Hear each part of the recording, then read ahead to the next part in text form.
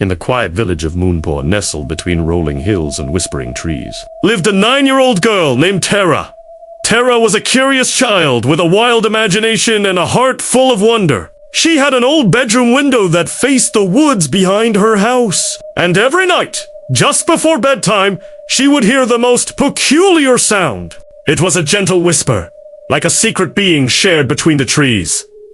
One night, the whispers grew louder, more insistent. Tara got the idea that someone or something was trying to tell her something very important. But whenever she told her parents about it, they just smiled and said it was probably the wind playing tricks on her ears. Tara wasn't convinced. She knew in her heart that those whispers were real and they were coming from the woods. One day, Tara was playing in the yard when her cousin Aman came to visit. Aman was a year older than Tara and had a skeptical and logical approach to everything. Tara told him about the whispers and how she longed to understand their meaning. Aman, though initially dismissive, couldn't help but be intrigued by Tara's innocent determination. So, one afternoon, they decided to follow the sound together. Armed with flashlights and a sense of adventure, they ventured into the woods. The trees seemed to form a secret pathway just for them. And as they walked, the whispers grew louder and more clear. Then,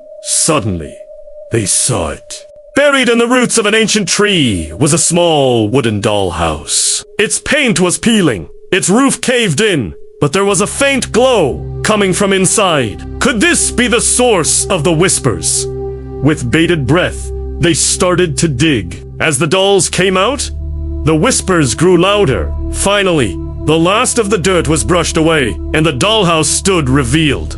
It was old, very old, but it was beautiful in a time-worn sort of way. The intricately carved wooden balconies, the tiny windows that sparkled like stars. It was clear that this was no ordinary dollhouse. Carefully, Tara and Aman opened the door and stepped inside.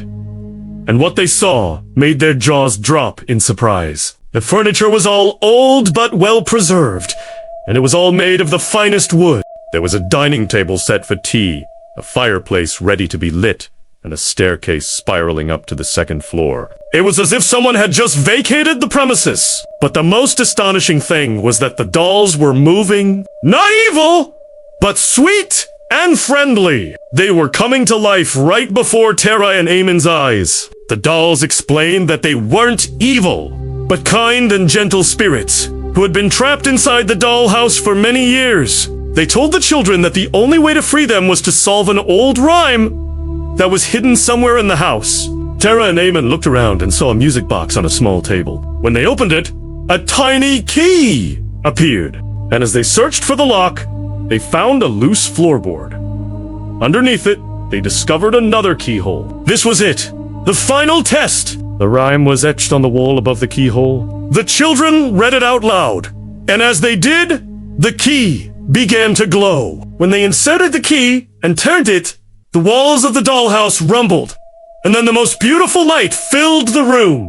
The spirits were free. They thanked Tara and Aman for their help and vanished into the twilight. As the light faded, the dollhouse, too, began to fade, and Tara and Aman knew that it was time to go. Hand in hand, they walked back to the village, their hearts filled with the joy of their adventure. And although they never heard the whispers again, they knew that the spirits were finally at peace.